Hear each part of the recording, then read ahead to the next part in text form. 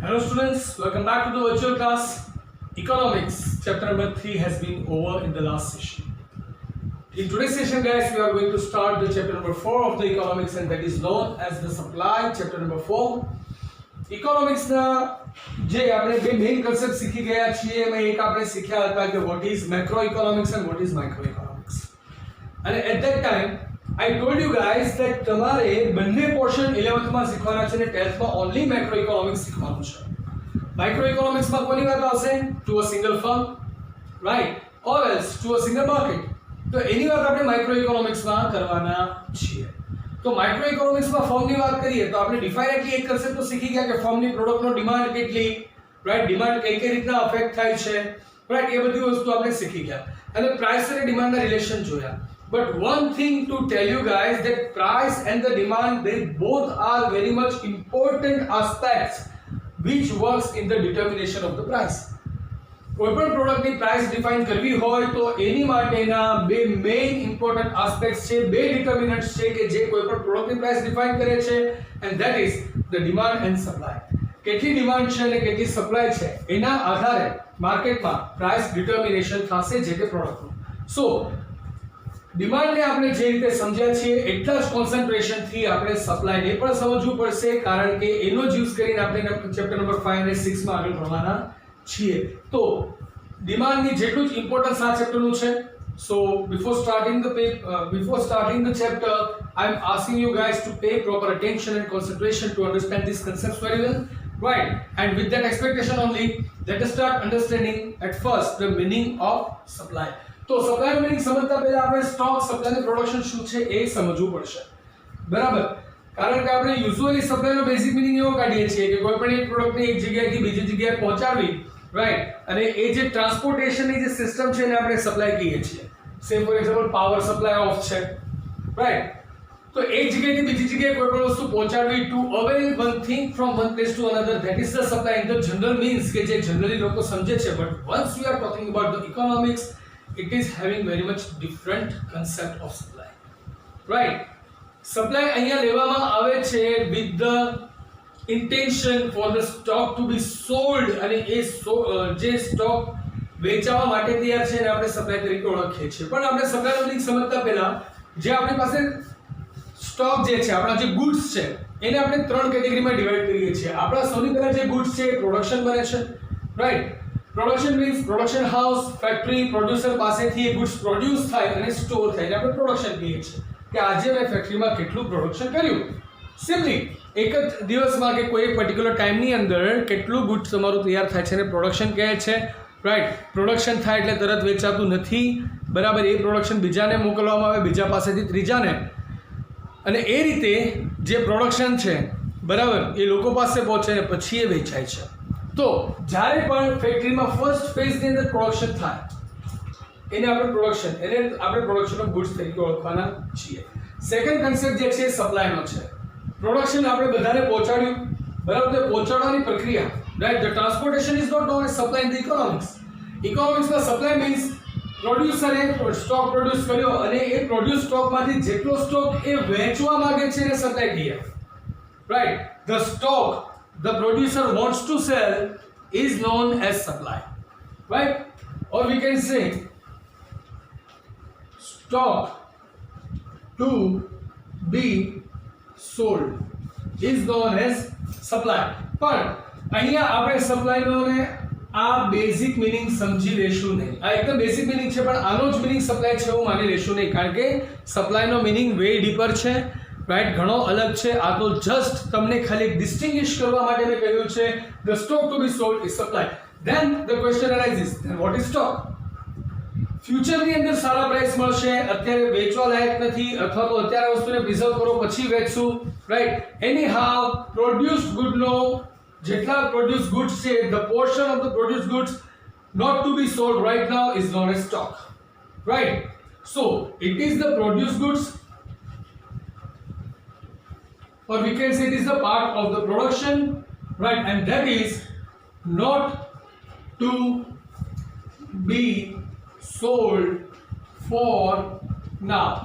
અત્યારે વેચવાનો નથી, મૂકી રાખવાનો છે, સાચવી રાખવાનો છે, એને આપણે સ્ટોક કહીએ છીએ. the goods which are supposed to be stored, that is known as stock. હવે વિચારો પ્રોડક્શન જે છે એની ડેલી લિમિટેશન હોય છે, રાઈટ? 300 400 500 જેટલા પણ નંબર્સ હશે, બરાબર, જેટલા પીસીસ બનતા હશે એટલું બનશે. તો પ્રોડક્શન જે છે એ લિમિટેડ હશે. સપ્લાય છે that is stock to be sold right now, અત્યારે જે સ્ટોક વેચાવાનો છે એ, બરાબર, એને આપણે સપ્લાય કહીશું. સ્ટોક જે છે કેવું છે? પ્રોડ્યુસ ગુડ્સ છે એ પણ સાચું છે અને આની પહેલાનું જે પ્રોડક્શન હતું એ પણ સાચું છે. That's why it is said that the stock can be higher than supply and the production.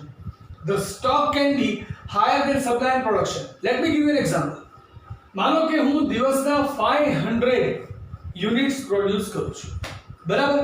આજના 500 યુનિટ્સ પ્રોડ્યુસ કર્યા, કાલના 500 યુનિટ્સ પ્રોડ્યુસ કર્યા. 20 days of the week of the month મારું પ્રોડક્શન ચાલુ છે. સો 20 into 500 કેટલા યુનિટ્સ થશે? 10,000 યુનિટ્સ મેં પ્રોડ્યુસ કર્યા છે. એમાંથી મેં 5,000 યુનિટ્સ વેચી દીધા. તો સ્ટોક કેટલો પડ્યો? 5,000, કે એ મારે નથી વેચવા, તો 5,000 નો સ્ટોક છે. નેક્સ્ટ મંથમાં ફરીથી 10,000 નું મેં પ્રોડક્શન કર્યું, રાઈટ? એમાંથી મેં માત્ર 2,000 સ્ટોક જ વેચ્યો, એટલે 2,000 ની જ સપ્લાય કરી અને બાકીના 8,000 સાચવી લીધા. હવે વિચારો આ મંથની અંદર પ્રોડક્શન કેટલું થયું? 10,000. સપ્લાય કેટલી થઈ? 2,000. સ્ટોક કેટલો છે? 10,000 plus 5,000 of the last month, total 15,000. Right? So that is how the stock can be higher than the production. Exam માં વારંવાર પ્રશ્ન પૂછાય છે, right? That stock can be higher than production, right or wrong? Right? તો આવી રીતના question પૂછાય છે અને એનું જસ્ટિફિકેશન માંગે છે. So it's a basic answer કે સ્ટોક જે છે that is the produced good not to be sold, or the supplier or the seller does not want to sell it right now. Right? એવા કન્સેપ્ટમાં એવા સમયે ત્યારે એ વસ્તુ સ્ટોર કરવામાં આવે છે, એ પ્રોડ્યુસ ગુડ્સને સ્ટોર કરવામાં આવે છે, જેને આપણે સ્ટોક તરીકે ઓળખીએ છીએ, કે જે નોર્મલી પ્રોડક્શન કરતાં વધારે હોઈ શકે છે. પ્રોડક્શન આજનું ખાલી 500 નું છે પણ મારી પાસે સ્ટોક 3,000 નો છે. It can be possible, right? It is quite possible. So આ હતા સ્ટોક અને સપ્લાયના મિનિંગ. હજી આપણે સપ્લાયનો એક્ઝેક્ટ મિનિંગ સમજતા પહેલા થોડા ઇમ્પોર્ટન્ટ કન્સેપ્ટ છે એને ખાસ સમજી લેવા પડે. તો એવા ટોટલ 3 કન્સેપ્ટ્સ છે. એમાં ફર્સ્ટ છે રેડીનેસ ટુ સેલ. સ્ટોક જે છે એ સપ્લાય ત્યારે જ બને કે જ્યારે પ્રોડ્યુસર છે, બરાબર, કે જ્યારે પ્રોડ્યુસર છે, બરાબર, એ કોઈ પણ પ્રોડક્ટને અત્યારે પ્રવર્તમાન કિંમતે, એટલે કે અત્યારની માર્કેટ પ્રાઇસમાં he is ready to sell, he is able to sell and he is willing to sell. ડિમાન્ડમાં આપણે કંઈક સમજ્યા હતા, યાદ આવે છે? In the demand chapter we understood that current પ્રાઇસમાં મારી રેડીનેસ છે, મારી વિલિંગનેસ છે, and I want to buy it right now and I am able to buy it, તો એ મારી ડિમાન્ડ બનશે. સેમ વે મારી પાસે સૌથી પહેલા રેડીનેસ હોવી જોઈએ વેચવા માટે, કે માર્કેટમાં અત્યારે આ પ્રોડક્ટની જે પ્રાઇસ છે એ જ પ્રાઇસમાં હું એ પ્રોડક્ટને સેલ કરી દઈશ, બરાબર, then it is my readiness to sell. That's the first condition to know the goods as the supply. કોઈ પણ જે સ્ટોક છે એ મારે સપ્લાય સમજવું તો એની પહેલી કન્ડિશન છે કે I must be ready to cell that. મારી પાસે 1000 કન્ટેનર્સ ઓફ સમથિંગ હોય, બરાબર, અને એમાંથી જે માર્કેટ પ્રાઇસ છે હું માત્ર 200 કન્ટેનર્સ જ વેચવા માંગુ છું, તો મારી સપ્લાય કેવી કહેવાશે? 200 કન્ટેનર્સની જ, right? So that is the first condition or the first concept, the readiness to sell. Second is ability to sell. અત્યારે માર્કેટમાં મારી પાસે જે કન્ટેનર્સ છે એની પ્રાઇસ ખૂબ જ હાઈ છે, પણ મારી પાસે 1000 કન્ટેનર છે.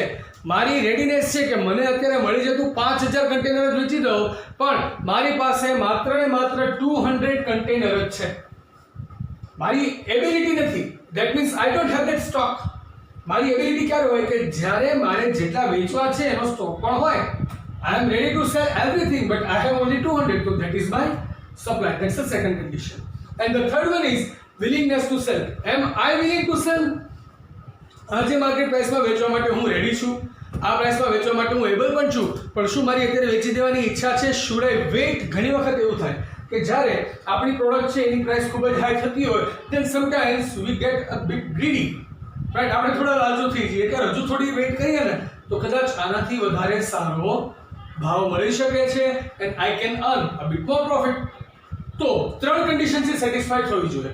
સૌથી પહેલા રેડીનેસ ટુ સેલ, કે જે પ્રાઇસ છે એ જ પ્રાઇસમાં હું એ વસ્તુ વેચવા માટે રેડી હોવો જોઈએ.